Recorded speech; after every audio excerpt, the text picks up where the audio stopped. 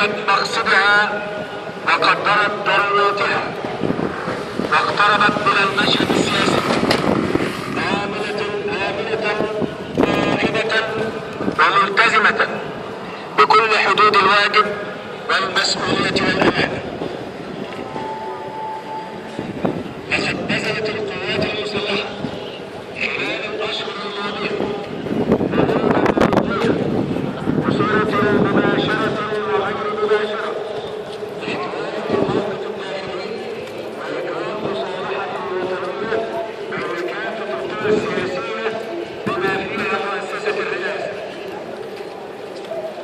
منذ شهر نوفمبر الماضي 2012 بدأت بداية الحوار الوطني استجابت له كل القوى السياسية والوطنية وقوبل بالرفض من مؤسسة الرئاسة في اللحظات الأخيرة. صح. ثم تتابعت وتوالت الدعوات والمبادرات من ذلك الوقت وحتى تاريخ. كما تقدمت القوات المسلحة أكثر من مرة بعد تقديم موقف استراتيجي على مستوى الداخلي والخارجي تضمن أهم التحديات والمخاطر التي تواجه الوطن على المستوى الأمني والاقتصادي والسياسي والاجتماعي.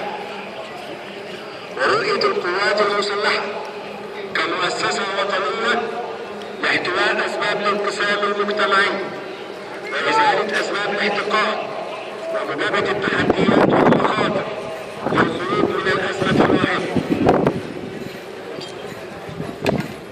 وفي إطار متابعة الأزمة الحالية اجتمعت القيادة العامة للقوات المسلحة بالسيد رئيس الجمهورية في قصر القبة يوم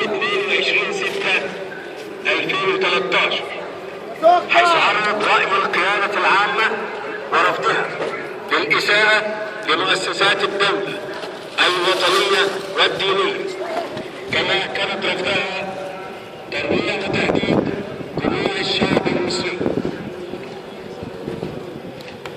لقد كان الأمل معقودا على وفاق وطني وضع خارطة مستقبل ووفر أسباب الثقة والطمأنينة والاستقرار لهذا الشعب بما يحقق طموحه ورجاءه. إلا أن خطاب السيد الرئيس ليلة أمس وقبل انتهاء مهلة 48 ساعة جاء بما لا يلبي ويتوافق مع مطالب جموع الشعب، الأمر الذي استوجب من القوات المسلحة التشاور مع بعض رموز القوى الوطنية والسياسية والشباب ودون استبعاد أو إقصاء أحد، حيث اتفق المجتمعون على خارطة مستقبل تتضمن خطوات أولية تحقق بناء مجتمع مصري قوي ومتماسك لا يقصي أحدا من أبنائه وطياراته